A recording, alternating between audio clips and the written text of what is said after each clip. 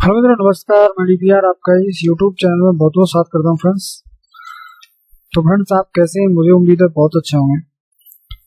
मित्रों, यहाँ पर आलम ये हो गया है कि कोई भी इंटाइटलमेंट है तो वो यहाँ पर स्वयं से नहीं आ रहा है।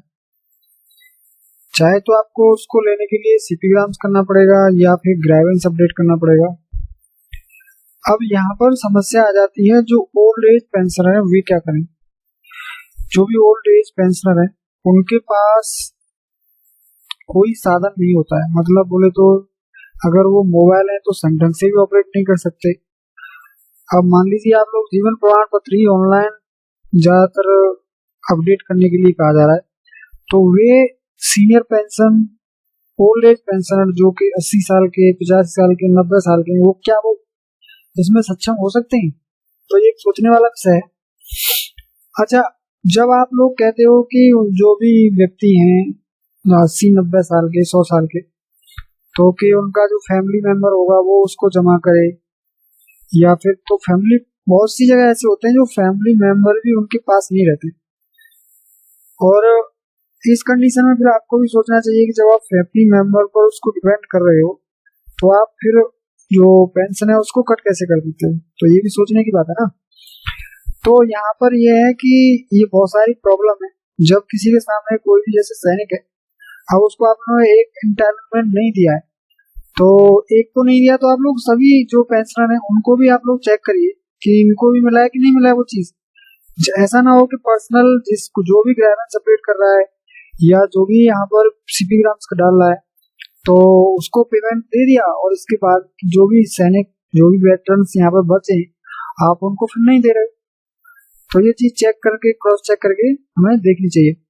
जैसे कि मैं आपको बता दूं कि 2006 से पहले हवलदार हैं उनको अभी तक होनी नायक सूबेदार की जो पेंशन है वो नहीं मिली है।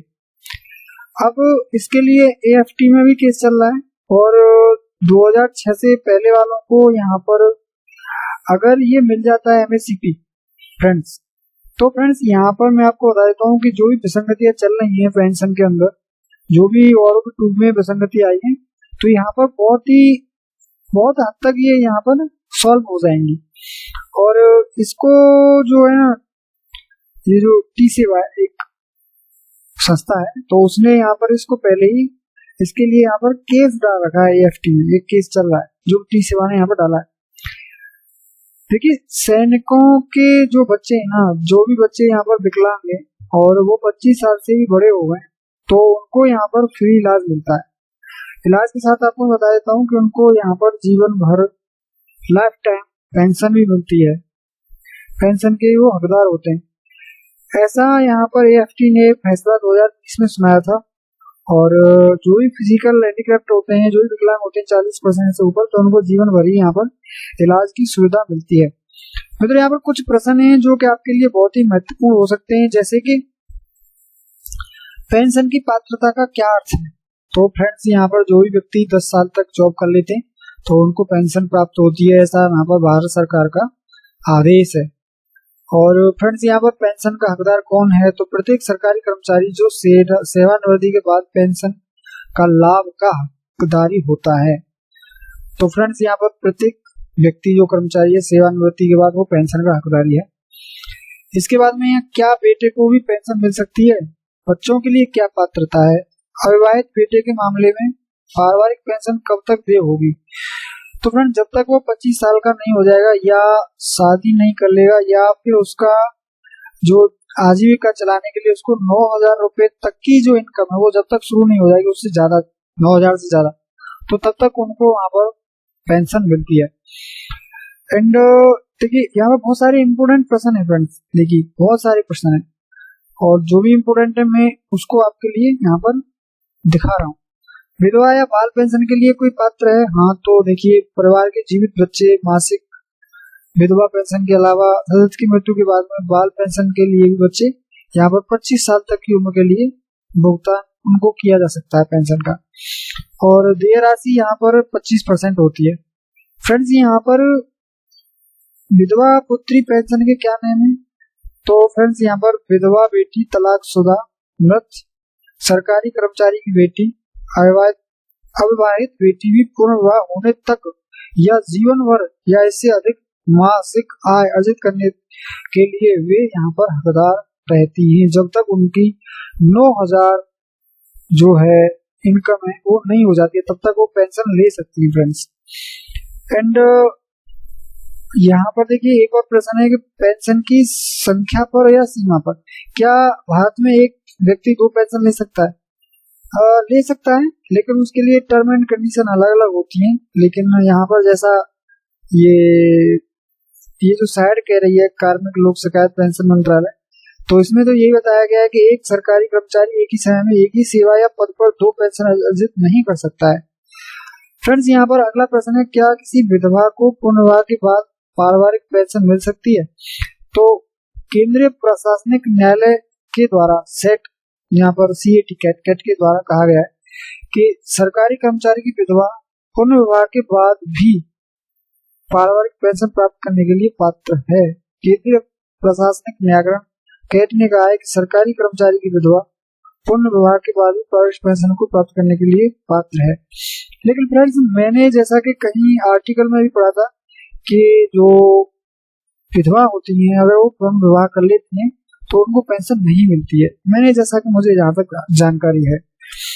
और फ्रेंड्स यहाँ पर पेंशन 14 फॉर्म क्या है? तो यहाँ पर जो पेंशन सरकारी कर्मचारी पेंशन भोगी पारिवारिक पेंशन भोगी की मृत्यु पर जो फॉर्म जमा किया जाता है तो वो यहाँ पर फॉर्म 14 यहाँ पर जमा किया जाता है। क्या विवाहित विकलांग पुत्र पारिवारिक पेंशन के लिए पात्र है? तो नहीं, ऐसा तो देखिए यहाँ पर देखिए क्या उपरोक्त को ध्यान में रखते हुए एक विकलांग बेटा या बेटी जो पहले से ही शादीशुदा है या जिसकी शादी हो चुकी है तो आजीविक मानदंड के अधीन जीवन भर पारिवारिक पेंशन स्वीकृति की जा सकती है। हाँ, अगर वो विकलांग है, अगर वो यहाँ पर पूर्ण रूप से विकलांग है तो उनको हो सकती है। परिवार के किसी अन्य सदस्य के पास पारिवारिक पेंशन के लिए पूर्ण दावा करने का ऐसा अधिकार नहीं होता है इनके अलावा। एंड क्या 75 वर्ष के बाद पारिवारिक पेंशन बढ़ जाती है? तो ऐसा यहाँ पर कहा गया है, मतलब इसके लिए यहाँ पर बहुत ही संगठन मांग उठा रहे हैं कि आप 65 वर्ष की आयु होने पर 5%, 70 की पर 10% और 80 पर आप यहाँ पर 20% ही यहाँ पर आप लोगों को पेंशन देनी चाहिए। तो ऐसा कुछ केस चल रहा है यहाँ पर।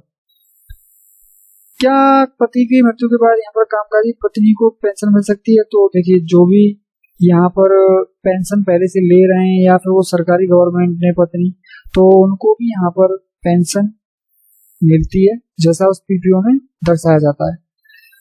तो यहाँ पर क्या पति या पत्नी विधुत या विधवा पति को पारिवारिक पेंशन का क्या रूल है? तो फ्रेंड्स यहाँ पर पति की मृत्यु के बाद पत्नी को कितने % पेंशन मिलती है? तो फ्रेंड्स वो 30% ही मिलती है। और भारत में पेंशन किसने बंद की? तो फ्रेंड्स भारत में पुरानी पेंशन योजना OPS को केंद्र सरकार ने यहाँ पर बंद कर दिया है। तो पेंशन कब बंद हो सकती है? यदि किसी पेंशन भोगी को अदालत द्वारा दोषी ठहराया जाए या कारावास की सजा सुनाई जाती है तो उसकी पेंशन निलंबित कर दी जाती है, बंद नहीं की जाती, उसको निलंबित कर दिया जाता है कुछ दिन के लिए। तो जैसे ही उनका वो अदालत दोष को रहित करती है तो फिर वो पुनः शुरू की जा सकती है। फ्रेंड्स यहाँ पर क्या मैं अपनी पेंशन को अपनी बेटी को हस्तांतरित कर सकता हूँ? अधिकांश व्यक्तिगत पेंशन व्यवस्थाएं किसी को भी जिसे आप नामांकित करना चाहते हैं वो आपकी मृत्यु होने पर आपके पेंशन फंड का उत्तराधिकारी बनने की अनुमति देते हैं, उसको ये पेंशन ट्रांसफर हो जाती है। फ्रेंड्स क्या मैं अपनी पेंशन को अपने जीवन साथी या बच्चों को हस्तांतरित कर सकता हूँ? बिल्कुल कर सकते हैं। विधवा बेटी को पारिवारिक पेंशन देने के लिए कौन से दस्तावेज चाहिए? तो देखिए आपको यहाँ पर फॉर्म MB 501 MPC 60 की 2 प्रतियां विधिवत भरा हुआ फॉर्म, राजपत्रित अधिकारी द्वारा विधिवत सत्यापित 4 हस्तियां, और यहाँ पर फ्रेंड्स उनका जो पिता माता की मृत्यु के प्रमाण पत्र और पति के मृत्यु प्रमाण पत्र की प्रतिलिपि, और यहाँ पर आधार कार्ड और पैन कार्ड चाहिए। तो फ्रेंड्स ये डॉक्यूमेंट यहाँ पर चाहिए। भारत में सबसे अधिक पेंशन कौन सी है? तो फ्रेंड्स यहाँ पर 1,25,000 की पेंशन सबसे ज्यादा है, सबसे कम 9,000 की पेंशन है। और फ्रेंड्स यहाँ पर नई पेंशन योजना क्या है? तो नई पेंशन योजना जब कोई ग्राहक सेवानिवृत्ति की आयु 60 वर्ष की पूरी पहुंच जाता है तो उसे वार्षिक वार्षिकी खरीदने के लिए संचित पेंशन कोष का कम से कम 40% उपयोग करना होता है, जो कि नियमित मासिक पेंशन प्रदान करेगा। फ्रेंड्स, यहाँ पर देखिए, क्या दूसरी पत्नी को पारिवारिक पेंशन मिल सकती है? तो पीठ ने कहा है कि पारिवारिक पेंशन पत्नी को देय है, न कि उन लोगों को जिनकी कोई शादी नहीं है। हाँ, तो मिल सकती है। अब इसके बाद में यहाँ पर पेंशन में फॉर्म 7 क्या है? तो यहाँ पर अर्हक सेवा की कुल अवधि, जिसे सेवानिवृत्ति या अमान्य या मुआवजे या अनिवार्य सेवानिवृत्ति पेंशन ग्रेच्युटी के अनुदान के लिए स्वीकार किया गया है। अस्वीकृति के कारणों के साथ यदि कोई इस फॉर्म को दर्शाता है, तब ये यहाँ पर फॉर्म 7 का यूज किया जाता है। मतलब पेंशन और ग्रेच्युटी के आकलन के लिए फॉर्म 7 का यूज किया जाता है। पेंशन फॉर्म 3 क्या है? तो पति पत्नी, सभी बच्चों और माता पिता और विकलांग भाई बहन का विवरण दिया जाता है इसमें फॉर्म नंबर 3 में। तो फ्रेंड्स, यहाँ पर फॉर्म नंबर 9 क्या है? तो यहाँ पर देखिए, जब कभी भी यहाँ पर जो सरकारी कर्मचारी हैं वो मृत या लापता हो जाते हैं और उनका ग्रेच्युटी अनुदान के लिए आवेदन करना होता है, तो यहाँ पर पेंशन नंबर 9 भरा जाता है। और देखिए फ्रेंड्स, यहाँ पर क्या 7 साल बाद पारिवारिक पेंशन कम हो जाती है? तो फ्रेंड्स 67 ईयर तक यहाँ पर प्राप्त करने तक पेंशन कम नहीं होती है, और जैसे ही वो उम्र पूरी होती है तो यहाँ पर पेंशन कम कर दी जाती है। इसके बाद में यहाँ पर फ्रेंड्स देखिए, ये देखिए बहुत सारे प्रश्न हैं, तो बहुत ही सारे प्रश्न हैं यहाँ पर। तो इसके लिए मैं इम्पोर्टेंट प्रश्न, क्या माता पिता के लिए भी पारिवारिक पेंशन के लिए पाते हैं? बिल्कुल नहीं। माता पिता, जब अगर ऐसा होता है कि माता पिता के पास सरकारी कर्मचारी की आय के अतिरिक्त और कुछ भी जीवन साधन नहीं है चलाने के लिए, तो माता पिता भी पारिवारिक पेंशन प्राप्त करने के हकदार होते हैं।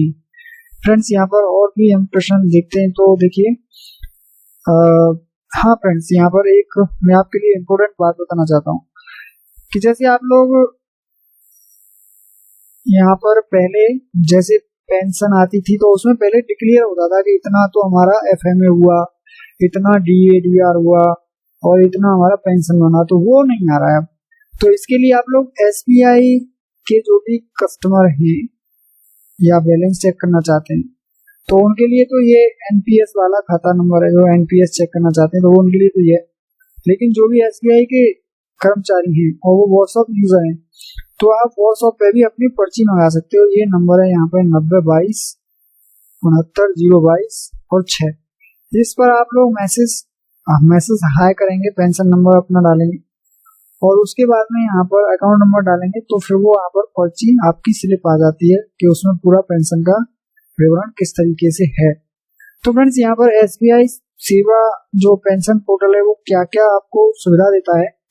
तो फ्रेंड्स, पोर्टल के माध्यम से आप कई अन्य सेवाओं और कार्यक्रमों जैसे जीवन प्रमाण पत्र, वरिष्ठ नागरिक बचत योजना और सेवानिवृत्त लोगों के लिए EPPO प्रबंधन तक पहुंच सकते हैं। तो फ्रेंड्स, यहाँ पर ये बहुत ही साइड है, अच्छी है, जो कि आपको यहाँ पर बहुत ही सुविधा देती है, तो आप उसका यूज कर सकते हो। आप लोग यहाँ पे ग्रेवेंस भी अपडेट कर सकते हो, कॉल भी कर सकते हो। यहाँ पे देखिए सारे टोल फ्री नंबर दिए रखे हैं, तो आप लोग यहाँ पर जैसे ही कोई पेंशन वगैरह में कोई दिक्कत आती है या लेट होती है, तो आप लोग यहाँ पर इस नंबर से आप लोग देख सकते हैं, सारी चीज यहाँ पर यूज कर सकते हैं।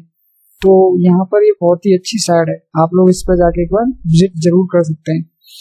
तो फ्रेंड्स, यहाँ पर मैं बता देता हूँ आपको, ये जो पेंशन सेवा है आप लोग इसे बचा सकते हैं यहाँ से। और थोड़ा सा टाइम लग रहा है, तो हम देखते हैं कोई और प्रश्न तो नहीं है यहाँ पर। तो जीवन प्रमाण पत्र, यदि मैं पेंशन भोगियों के लिए जीवन प्रमाण पत्र जमा नहीं करता हूँ तो क्या होगा? तो फ्रेंड्स, यहाँ पर कम से कम जैसा कि यहाँ पर बताया गया है कि यदि 3 साल तक आप लगातार जीवन प्रमाण पत्र नहीं करते हो, तो यहाँ पर वो जो केंद्रीय पेंशन लेखा कार्यालय आपके प्रति कोई भी कार्रवाई कर सकता है, चाहे वो पेंशन भी रोक सकता है, चाहे वो बंद भी कर सकता है। तो आपको जीवन प्रमाण पत्र जो है वो समय रहते ही जमा कर देना है। तो फ्रेंड्स, यहाँ पर ये जो पेंशन सेवा का जो पोर्टल है वो आपके लिए खुल गया है, तो यहाँ पर आप लोग रजिस्ट्रेशन कर सकते हैं, लॉगिन कर सकते हैं। फिर रजिस्ट्रेशन के बाद में आपको कोई भी दिक्कत है, लाइफ सर्टिफिकेट यहाँ आपको डोर स्टेप घर, देखिए आपको अगर घर पर ही वहां से जो भी है अधिकारी या जो भी कर्मचारी है वो मंगाने कि आप लोग यहाँ पर घर ही जाके जीवन प्रमाण पत्र जमा कर जाइए, तो आप लोग यहाँ पर रजिस्ट्रेशन कर सकते हैं और आपका जीवन प्रमाण पत्र वो घर भरने के लिए आएंगे। देखिए, जीवन प्रमाण पत्र your door step under the service provide by the post office के द्वारा भी इसको आप लोग कर सकते हो और बैंक के लिए भी आप लोग यहाँ कर सकते हो। मैंने साइड आपको बता दी है कि आप pensionsewa.com पर जाके आप लोग ये सेवा ले सकते हो SBI पे जाके। और मैं एक बार यहाँ पर आपको दिखा देता हूँ कि ये जो साइड है वो कंफर्म कौन सी साइड है। तो फ्रेंड्स यहाँ पर देखिए, ये जो साइड है जो ये www.pensionsewa.sbi.in ऐसे करके आप लोग इस साइट पर जाएंगे तो यहाँ पर आप लोग खोज पाएंगे कि आपको किस तरीके से यहाँ पर ये जो सुविधाएं वो लेनी है। और आप क्लिक करते हैं इस साइट पे तो रजिस्ट्रेशन के लिए ये ओपन हो जाएगा। आप लोग घर पर ही यहाँ पर PSB अलायंस प्राइवेट लिमिटेड के माध्यम से अपने घर बैठे यहाँ पर आप डोर स्टेप बैंकिंग शुरू कर सकते हैं और इसके बाद में आपका जीवन प्रमाण पत्र वगैरह आप लोग यहीं से भर सकते हैं। तो आपको कोई भी परेशानी नहीं है कहीं जाने की। तो फ्रेंड्स, यहाँ पर ये वीडियो आपको कैसी लगी और तुम मेरे को जरूर बताएं। मैं आपसे फिर मिलूंगा, तब तक के लिए जय हिंद, जय भारत, नमस्कार, वंदे मातरम।